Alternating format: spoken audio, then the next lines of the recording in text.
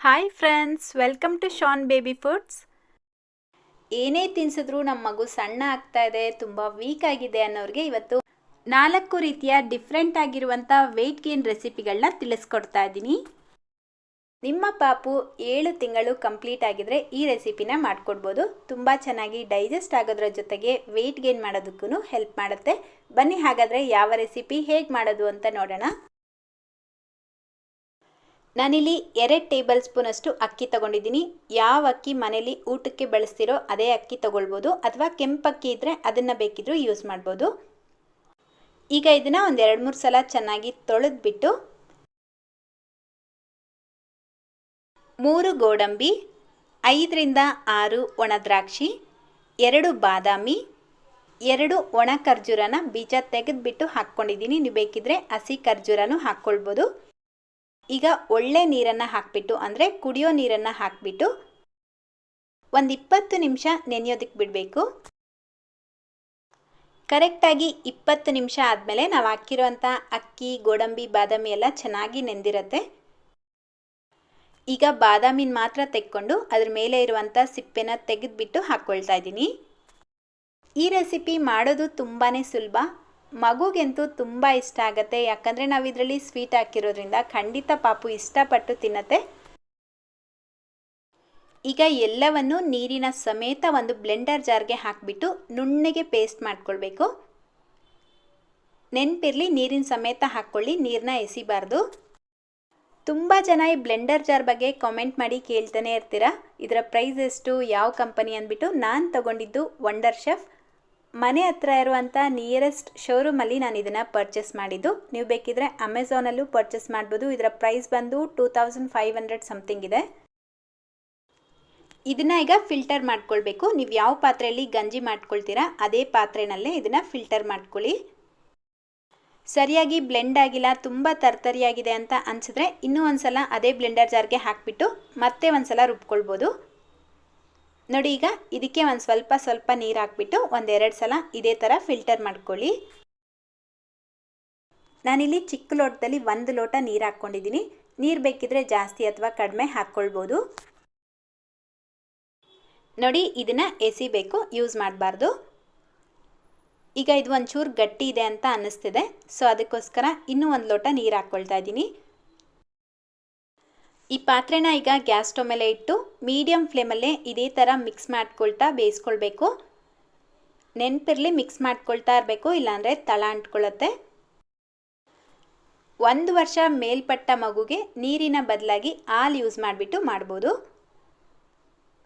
ನೋಡಿ, ಒಂದು 5 ನಿಮಿಷ ಇದೇ ಥರ ಮಿಕ್ಸ್ ಮಾಡ್ಕೊಳ್ತಾ ಬೇಯಿಸ್ಕೊಳ್ಬೇಕು. ಯಾಕಂದರೆ ಅಕ್ಕಿ ನಾವಿಲ್ಲಿ ಹಸಿಯಾಗೆ ರುಬ್ಕೊಂಡಿರೋದ್ರಿಂದ ಬೇಯಿಸೋದು ತುಂಬಾ ಇಂಪಾರ್ಟೆಂಟ್. ನೀರು ಬೇಕಿದ್ರೆ ಇನ್ನೂ ಒಂಚೂರು ಜಾಸ್ತಿ ಹಾಕಿಬಿಟ್ಟು ಒಂದು 5ರಿಂದ 10 ನಿಮಿಷ ಬೇಯಿಸ್ಕೊಳ್ಬೇಕು. ನೋಡಿ, ಈ ಕನ್ಸಿಸ್ಟೆನ್ಸಿ ಇರಬೇಕಾದ್ರೇ ಗ್ಯಾಸ್ ಫ್ಲೇಮ್ನ ಆಫ್ ಮಾಡ್ಕೊಳ್ಬೇಕು. ಯಾಕಂದರೆ ಇದು ತಣ್ಣಗಾದ್ಮೇಲೆ ಇನ್ನೂ ಒಂಚೂರು ಗಟ್ಟಿಯಾಗುತ್ತೆ. ಮಗುಗೆ ನೀವು ಇನ್ನೂ ಸಾಲಿಡ್ ಸ್ಟಾರ್ಟ್ ಮಾಡಿಲ್ಲ ಅನ್ನೋ ಹಾಗಿದ್ರೆ, ಇದೇ ರೆಸಿಪಿನ ಮೊದಲನೇ ಸಲ ಕೊಡೋ ಹಾಗಿದ್ರೆ ಇದಕ್ಕಿಂತ ಇನ್ನೂ ಒಂಚೂರು ಲಿಕ್ವಿಡ್ ಆಗಿ ಮಾಡ್ಕೊಳ್ಳಿ. ಇಷ್ಟು ಗಟ್ಟಿಯಾಗಿ ಮಾಡಿಕೊಡ್ಬೇಡಿ. ಹಾಗೆ ಮೊದಲನೇ ಸಲ ಕೊಡಬೇಕಾದ್ರೆ ಕಡಿಮೆ ಪ್ರಮಾಣದಲ್ಲಿ ಕೊಡಬೇಕು. ಮಗುಗೆ ಅಡ್ಜಸ್ಟ್ ಆದಮೇಲೆ ಕ್ವಾಂಟಿಟಿನ ಜಾಸ್ತಿ ಮಾಡ್ಕೊಳ್ತಾ ಹೋಗಬೇಕು. ಈ ರೆಸಿಪಿನ ನೀವು ದಿನದಲ್ಲಿ 1 ಸಲ ಬೆಳಿಗ್ಗೆ ಅಥವಾ ಮಧ್ಯಾಹ್ನ ಟೈಮಲ್ಲಿ ಮಾಡಿಕೊಡ್ಬೋದು. ಇದಕ್ಕೇನೆ ಸ್ವಲ್ಪ ತುಪ್ಪ ಮಿಕ್ಸ್ ಮಾಡಿಬಿಟ್ಟು ಪಾಪುಗೆ ನೀವು ತಿನ್ನಿಸ್ಬೋದು. ನಮ್ಮ ಸೆಕೆಂಡ್ ರೆಸಿಪಿ ರಾಗಿ ಹಿಟ್ಟು ಅಥವಾ ಸರಿ ಹಿಟ್ಟನ್ನು ಉಪಯೋಗಿಸ್ಕೊಂಡು ಮಾಡುವಂಥ ರೆಸಿಪಿ. ಇದನ್ನು ಮಾಡೋದಕ್ಕೆ ಗ್ಯಾಸ್ ಮೇಲೆ ಒಂದು ಕಡಾಯಿ ಇಟ್ಕೊಂಡು ಅರ್ಧ ಟೀ ಸ್ಪೂನ್ ತುಪ್ಪ ಹಾಕ್ಕೊಳ್ಳಿ. ತುಪ್ಪ ಚೆನ್ನಾಗಿ ಬಿಸಿ ಆದಮೇಲೆ 2 ಟೇಬಲ್ ಸ್ಪೂನ್ ರವೆ ಹಾಕ್ಕೊಳ್ತಾ ಇದ್ದೀನಿ. ನಾನು ತೊಗೊಂಡಿರೋದು ಬಾಂಬೆ ರವೆ, ಅಂದರೆ ಉಪ್ಮಾ ಮಾಡ್ಕೊಳ್ತೀರಾ ಅಲ್ವಾ, ಅದೇ ರವೆನೇ.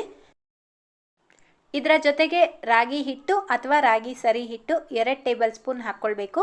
ರಾಗಿ ಸರಿ ಹಿಟ್ಟು ಯಾವ ರೀತಿ ಮಾಡೋದು ಅಂತ ಹೇಳಿ ಈಗಾಗಲೇ ವಿಡಿಯೋ ಹಾಕಿದ್ದೀನಿ, ಡಿಸ್ಕ್ರಿಪ್ಷನಲ್ಲಿ ಲಿಂಕ್ ಕೊಟ್ಟಿರ್ತೀನಿ, ನೀವು ಬೇಕಿದ್ರೆ ನೋಡ್ಕೊಳ್ಬೋದು.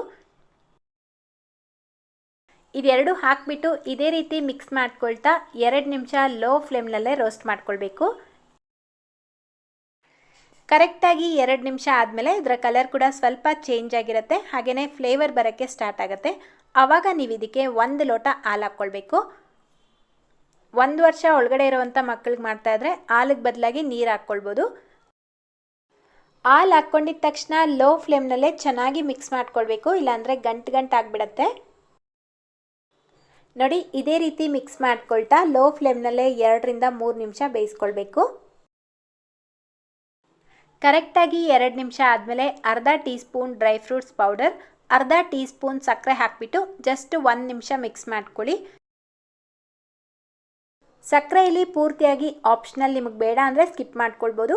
ಡ್ರೈ ಫ್ರೂಟ್ಸ್ ಪೌಡರ್ ಯಾವ ರೀತಿ ಮಾಡೋದು ಅಂತ ಹೇಳಿ ಈಗಾಗಲೇ ವಿಡಿಯೋ ಹಾಕಿದ್ದೀನಿ. ಅಷ್ಟೇ, ಈಗ ಗ್ಯಾಸ್ ಫ್ಲೇಮ್ನ ಆಫ್ ಮಾಡಿಕೊಂಡ್ರೆ ಹೆಲ್ತಿ ಆ್ಯಂಡ್ ಟೇಸ್ಟಿ ಆಗಿರುವಂಥ ರೆಸಿಪಿ ರೆಡಿಯಾಗತ್ತೆ. ಈ ರೆಸಿಪಿನ ನೀವು ಬೆಳಗ್ಗೆ ಅಥವಾ ಮಧ್ಯಾಹ್ನ ಟೈಮಲ್ಲಿ ಪಾಪುಗೆ ಕೊಡ್ಬೋದು. ದಿನದಲ್ಲಿ 1 ಟೈಮ್ ಕೊಟ್ಟರೆ ಸಾಕು. ಪ್ರತಿದಿನ ಕೊಡೋದಕ್ಕಿಂತ ಆಲ್ಟರ್ನೇಟಿವ್ ಡೇಸಲ್ಲಿ ಕೊಡ್ಬೋದು. ಅಂದರೆ ಒಂದಿನ ಬಿಟ್ಟು ಒಂದಿನ ರೆಸಿಪಿಗಳನ್ನ ಚೇಂಜ್ ಮಾಡ್ತಾ ಹೋದರೆ ಮಕ್ಕಳಿಗೂ ಇಷ್ಟ ಆಗುತ್ತೆ. ತುಂಬ ಈಸಿಯಾಗಿ ಡೈಜೆಸ್ಟ್ ಆಗುವಂಥ ಫುಡ್ ಇದು. ಹಾಗೆಯೇ ಮಗುವಿನ ವೆಯ್ಟ್ ಗೇನ್ ಮಾಡೋದಕ್ಕೂ ಈ ರೆಸಿಪಿ ತುಂಬಾ ಹೆಲ್ಪ್ ಮಾಡುತ್ತೆ. ಈಗ ನೆಕ್ಸ್ಟ್ ರೆಸಿಪಿ ಸಾಬುದಾನ ಮತ್ತು ರೈಸ್ ಉಪಯೋಗಿಸ್ಕೊಂಡು ಮಾಡ್ತಾ ಇದ್ದೀನಿ. ಮೊದಲು ಗ್ಯಾಸ್ ಮೇಲೆ ಒಂದು ಕಡಾಯಿ ಇಟ್ಕೊಂಡು 2 ಟೇಬಲ್ ಸ್ಪೂನ್ ಸಾಬುದಾನ ಹಾಕ್ಕೊಳ್ತಾ ಇದ್ದೀನಿ. ಅಂದರೆ ಸಬ್ಬಕ್ಕಿ, ಲೈಲನ್ ಸಬ್ಬಕ್ಕಿ ಯೂಸ್ ಮಾಡಬಾರ್ದು, ನಾರ್ಮಲ್ ಸಬ್ಬಕ್ಕಿನ ಹಾಕ್ಕೊಳ್ಳಿ. ಜೊತೆಗೆ 2 ಟೇಬಲ್ ಸ್ಪೂನ್ ಅಷ್ಟು ಬಾಸುಮತಿ ಅಕ್ಕಿನ ತಗೊಂಡಿದ್ದೀನಿ. ನೀವು ಯಾವ ಅಕ್ಕಿ ಬೇಕಾದರೂ ಯೂಸ್ ಮಾಡ್ಬೋದು. 3 ಗೋಡಂಬಿ, 3 ಬಾದಾಮಿ, 7-8 ಮಖಾನ ಹಾಕ್ಕೊಳ್ತಾ ಇದ್ದೀನಿ. ಮಖಾನ ಇಲ್ಲಿ ಪೂರ್ತಿಯಾಗಿ ಆಪ್ಷನಲ್, ಇಲ್ಲ ಅಂದರೆ ನೀವು ಸ್ಕಿಪ್ ಮಾಡ್ಕೊಳ್ಬೋದು. ಅಥವಾ ಬೇರೆ ಯಾವುದಾದ್ರೂ ಡ್ರೈ ಫ್ರೂಟ್ಸ್ ಬೇಕು ಅಂತ ಅನ್ಸಿದ್ರೂ ಹಾಕ್ಕೊಳ್ಬೋದು. ಈಗ ಇದನ್ನು ಮೀಡಿಯಮ್ ಫ್ಲೇಮಲ್ಲೇ ಡ್ರೈ ರೋಸ್ಟ್ ಮಾಡ್ಕೊಳ್ಬೇಕು. ಜಸ್ಟು ಅಕ್ಕಿ ಲೈಟಾಗಿ ಕಲರ್ ಚೇಂಜ್ ಆಗೋವರೆಗೂ ರೋಸ್ಟ್ ಮಾಡ್ಕೊಳ್ಳಿ.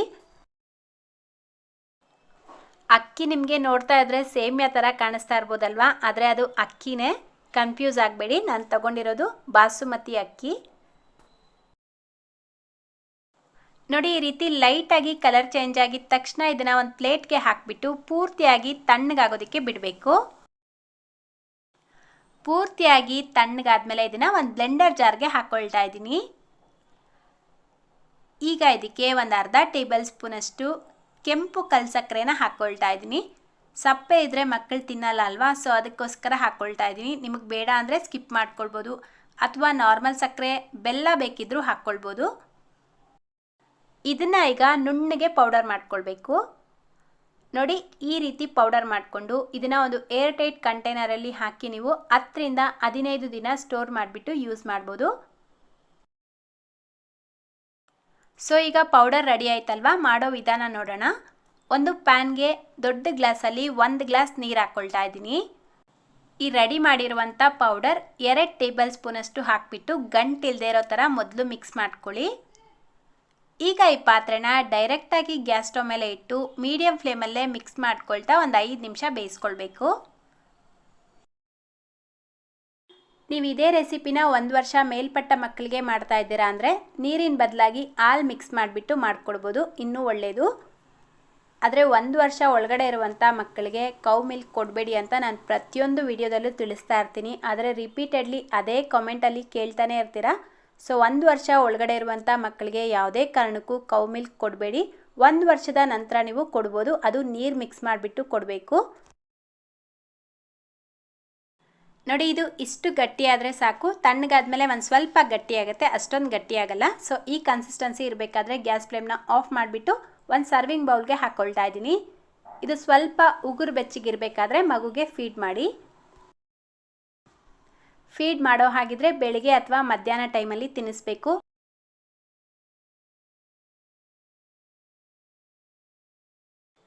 Next recipe mixed vegetable puree ಮಾಡೋದನ್ನು ತಿಳಿಸ್ಕೊಡ್ತಾ ಇದ್ದೀನಿ. ಇದೂ ಅಷ್ಟೇ ಮಕ್ಕಳ ವೆಯ್ಟ್ ಗೇನ್ ಮಾಡೋದಕ್ಕೆ ತುಂಬಾ ಹೆಲ್ಪ್ ಮಾಡುತ್ತೆ.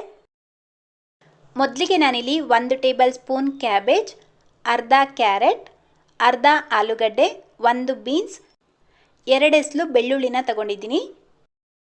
ಈಗ ಗ್ಯಾಸ್ ಮೇಲೆ ಒಂದು ಚಿಕ್ಕ ಪ್ಯಾನ್ ಇಟ್ಬಿಟ್ಟು ಅರ್ಧ ಟೀ ಸ್ಪೂನ್ ತುಪ್ಪ ಹಾಕ್ಕೊಳ್ಳಿ. ತುಪ್ಪ ಬಿಸಿ ಆದಮೇಲೆ 1/4 ಟೀ ಸ್ಪೂನ್ ಜೀರಿಗೆ ಹಾಕ್ಕೊಳ್ಳಿ.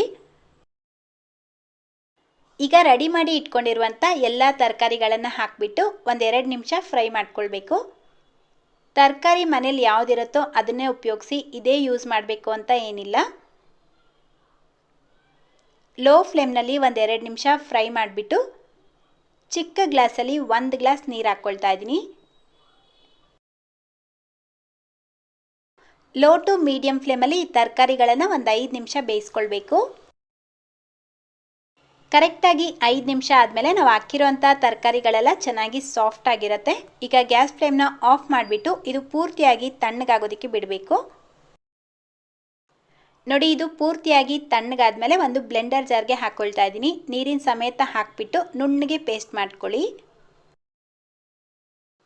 ನೋಡಿ, ಈ ರೀತಿ ಪೇಸ್ಟ್ ಮಾಡಿ ಇಟ್ಕೊಳ್ಬೇಕು. ನೆಕ್ಸ್ಟ್ ಈಗ ಇನ್ನೊಂದು ಪಾತ್ರೆಗೆ 2 ಟೇಬಲ್ ಸ್ಪೂನ್ ರಾಗಿ ಸರಿ ಹಿಟ್ಟನ್ನು ಹಾಕ್ಕೊಳ್ತಾ ಇದ್ದೀನಿ. ಮನೆಯಲ್ಲೇ ಮಾಡಿರುವಂಥ ಸರಿ ಹಿಟ್ಟಾದರೂ ಪರವಾಗಿಲ್ಲ ಅಥವಾ ಅಂಗಡಿದಾದರೂ ಪರವಾಗಿಲ್ಲ. ರಾಗಿ ಸರಿ ಹಿಟ್ಟು ಇಲ್ಲ ಅಂದರೆ ಮನೆಯಲ್ಲಿ ಮುದ್ದೆಗೆ ಬಳಸುವಂಥ ರಾಗಿ ಹಿಟ್ಟನ್ನೇ ಉಪಯೋಗಿಸ್ಬೋದು. ಈಗ ಇದಕ್ಕೆ 1 ಕಪ್ಪಷ್ಟು ನೀರು ಹಾಕ್ಬಿಟ್ಟು ಗಂಟಿಲ್ದೇ ಇರೋ ಥರ ಮಿಕ್ಸ್ ಮಾಡ್ಕೊಳ್ಬೇಕು. ರಾಗಿ ಸರಿ ಹಿಟ್ಟು ಮನೆಯಲ್ಲೇ ಯಾವ ರೀತಿ ಮಾಡೋದು ಅಂತ ಆಲ್ರೆಡಿ ವಿಡಿಯೋ ಹಾಕಿದ್ದೀನಿ. ಆ ವಿಡಿಯೋ ಲಿಂಕ್ ಬೇಕಿದ್ರೆ ಡಿಸ್ಕ್ರಿಪ್ಷನ್ನಲ್ಲಿ ಕೊಟ್ಟಿರ್ತೀನಿ, ನೀವು ನೋಡ್ಬೋದು. ನೋಡಿ, ಈ ರೀತಿ ಸ್ವಲ್ಪನೂ ಗಂಟಿಲ್ದೇ ಇರೋ ಥರ ಮಿಕ್ಸ್ ಮಾಡಿಬಿಟ್ಟು ಈ ಪಾತ್ರೆನ ಡೈರೆಕ್ಟಾಗಿ ಗ್ಯಾಸ್ ಸ್ಟವ್ ಮೇಲೆ ಇಟ್ಟು ಮೀಡಿಯಂ ಫ್ಲೇಮಲ್ಲೇ ಮಿಕ್ಸ್ ಮಾಡ್ಕೊಳ್ತಾ 1-2 ನಿಮಿಷ ಬೇಯಿಸ್ಕೊಳ್ಬೇಕು. ಈಗಾಗಲೇ ನಾನು ಜೀನಿ ಸರಿ ಹಿಟ್ಟಿನ ಬಗ್ಗೆನೂ ತಿಳಿಸ್ಕೊಟ್ಟಿದ್ದೀನಿ. ಆ ಸರಿ ಹಿಟ್ಟನ್ನ ಬೇಕಿದ್ರೆ ಉಪಯೋಗಿಸ್ಬಿಟ್ಟು ಈ ರೆಸಿಪಿನ ಮಾಡ್ಬೋದು. ಕರೆಕ್ಟಾಗಿ 2 ನಿಮಿಷ ಆದಮೇಲೆ ನೋಡ್ಬೋದು, ಇದು ಒಂಚೂರು ಗಟ್ಟಿಯಾಗಿದೆ. ಇಷ್ಟು ಗಟ್ಟಿ ಆದಮೇಲೆ ಗ್ಯಾಸ್ ಫ್ಲೇಮ್ನ ಕಡಿಮೆ ಮಾಡಿಬಿಟ್ಟು ನಾವಾಗಲೇ ವೆಜಿಟೇಬಲ್ಸ್ನ ಏನು ಪೇಸ್ಟ್ ಮಾಡಿ ಇಟ್ಕೊಂಡಿದ್ವಿ ಅದನ್ನು ಹಾಕ್ಕೊಳ್ಬೇಕು. ಅದೇ ಬ್ಲೆಂಡರ್ ಜಾರ್ಗೆ ಸ್ವಲ್ಪ ನೀರು ಹಾಕಿ ಮಿಕ್ಸ್ ಮಾಡಿಬಿಟ್ಟು ಹಾಕ್ಕೊಳ್ತಾ ಇದ್ದೀನಿ. ಈಗ ಮತ್ತೆ ಲೋ ಫ್ಲೇಮ್ನಲ್ಲೇ ಮಿಕ್ಸ್ ಮಾಡ್ಕೊಳ್ತಾ 5 ನಿಮಿಷ ಬೇಯಿಸ್ಕೊಳ್ಬೇಕು. ಈ ರೆಸಿಪಿನ ಮಾಡಿ ತಿನ್ನಿಸೋದ್ರಿಂದ ಖಂಡಿತ ಮಗು ಆರೋಗ್ಯವಾಗೂ ಇರುತ್ತೆ, ಹಾಗೆಯೇ ವೆಯ್ಟ್ ಗೇನ್ ಕೂಡ ಮಾಡುತ್ತೆ. ಯಾಕಂದರೆ ನಾವು ಆಲ್ರೆಡಿ ಸರಿ ಹಿಟ್ಟಲ್ಲಿ ಎಲ್ಲ ರೀತಿಯಾದ ಕಾಳುಗಳನ್ನು ಉಪಯೋಗಿಸಿ ಮಾಡಿರ್ತೀವಿ. ಇದರ ಜೊತೆಗೇ ನಾವು ತರಕಾರಿಗಳನ್ನು ಬೇಯಿಸಿ ಹಾಕೋದ್ರಿಂದ ತುಂಬ ವೈಟಮಿನ್ಸ್ ಇರುತ್ತೆ. ಜೀರ್ಣನೂ ಮಗುಗೆ ಚೆನ್ನಾಗಾಗತ್ತೆ, ಯಾಕಂದರೆ ನಾವು ಆಲ್ರೆಡಿ ಇದರಲ್ಲಿ ಜೀರಿಗೆ ಹಾಕಿದ್ದೀವಿ. ಲಾಸ್ಟಲ್ಲಿ ಈಗ 1 ಚಿಟಿಕೆಯಷ್ಟು ಉಪ್ಪು ಹಾಕ್ಬಿಟ್ಟು ಮಿಕ್ಸ್ ಮಾಡ್ಕೊಳ್ತಾ ಇದ್ದೀನಿ. ಉಪ್ಪು ಬೇಕಿದ್ರೆ ಹಾಕ್ಕೊಳ್ಳಿ, ಇಲ್ಲಾಂದರೆ ಸ್ಕಿಪ್ ಮಾಡ್ಬೋದು. ಸಪ್ಪೆ ಇದ್ದರೆ ಪಾಪು ತಿನ್ನಲ್ಲ ಅನ್ನೋದಕ್ಕೋಸ್ಕರ 1 ಚಿಟಿಕೆಯಷ್ಟು ಹಾಕ್ತಾ ಇದ್ದೀನಿ. ನೋಡಿ, ಈ ಕನ್ಸಿಸ್ಟೆನ್ಸಿ ಇರಬೇಕಾದ್ರೇ ಗ್ಯಾಸ್ ಫ್ಲೇಮ್ನ ಆಫ್ ಮಾಡ್ಕೊಳ್ಳಿ. ತಣ್ಣಗಾದ್ಮೇಲೆ ಒಂಚೂರು ಗಟ್ಟಿಯಾಗುತ್ತೆ. ದಿನದಲ್ಲಿ 1 ಟೈಮ್ ತಿನ್ನಿಸಿದ್ರೆ ಸಾಕು. ಬೆಳಿಗ್ಗೆ ಅಥವಾ ಮಧ್ಯಾಹ್ನ ಟೈಮಲ್ಲಿ ತಿನ್ನಿಸ್ಬೇಕಾದ್ರೆ ಸ್ವಲ್ಪ ತುಪ್ಪ ಹಾಕಿ ಮಿಕ್ಸ್ ಮಾಡಿಬಿಟ್ಟು ತಿನ್ನಿಸಿ. ಸೊ ಇವತ್ತು 4 ರೀತಿಯಾದ ತೂಕ ಹೆಚ್ಚಿಸುವ ಆಹಾರಗಳನ್ನು ತಿಳಿಸ್ಕೊಟ್ಟಿದ್ದೀನಿ. ಈ ಎಲ್ಲ ರೆಸಿಪಿಗಳು 7 ತಿಂಗಳ ಮೇಲ್ಪಟ್ಟ ಮಕ್ಕಳಿಗೆ ನೀವು ಮಾಡಿಕೊಡ್ಬೋದು. ಸೊ ಇವತ್ತಿನ ವಿಡಿಯೋ ಇಷ್ಟ ಆಗಿದ್ರೆ ಪ್ಲೀಸ್ ಲೈಕ್, ಶೇರ್ ಮಾಡೋದನ್ನು ಮರಿಬೇಡಿ. ಇದೇ ರೀತಿ ಮತ್ತೊಂದು ವಿಡಿಯೋದೊಂದಿಗೆ ಮತ್ತೆ ಸಿಗೋಣ. Thank you.